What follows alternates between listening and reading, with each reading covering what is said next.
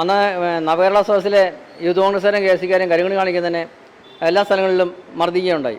അപ്പോഴത്തേക്ക് ആലപ്പുഴയിലും പ്രതിഷേധം ഉണ്ടാകുന്നുള്ള കാര്യം നമുക്കറിയാമായിരുന്നു. അതിൻ്റെ സ്വാഭാവികമായിട്ട് പ്രതിഷേധം ഇരുമ്പുപാലത്തിന് അവിടെ നിന്ന് മുഖ്യമന്ത്രിയുടെ വണ്ടി വരുമ്പോഴത്തേക്ക് പ്രതിഷേധം ആ റോഡിൽ എവിടെയെങ്കിലും കാണുമെന്ന് വിചാരിച്ചാണ് ഞാൻ ജനറൽ ആശുപത്രി ജംഗ്ഷനിൽ വെയിറ്റ് ചെയ്തത്. അപ്പോഴാണ് വണ്ടി വരികയും ഈ അജയ് കുര്യാക്കോസും ഈ എ ഡി തോമസോടെ വണ്ടിയുടെ മുന്നിൽ ചാടുകയും ഞാൻ ആ സമയത്ത് അവിടെ നിന്നുകൊണ്ട് ഞാൻ ആ വിഷയിലെടുക്കുകയും ആ വിഷയിലാണ് ഞാനിപ്പം കോടതിയിൽ തോണ്ടി മൊബൈൽ കൊടുത്തിരിക്കുന്നത്.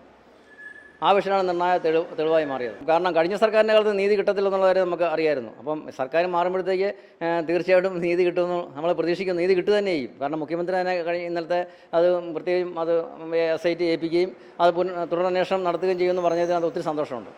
തെളിവില്ലെന്ന് പറഞ്ഞാൽ നിർണായക തെളിവ് നമ്മൾ കൊടുത്തതാണ്. പക്ഷേ അത് ബോധപൂർവ്വം തെളിവില്ലെന്ന് അവർ പറഞ്ഞാണ്. തെളിവ് ഉണ്ടെന്നുള്ള അവർക്ക് അറിയുകയും ചെയ്യാം.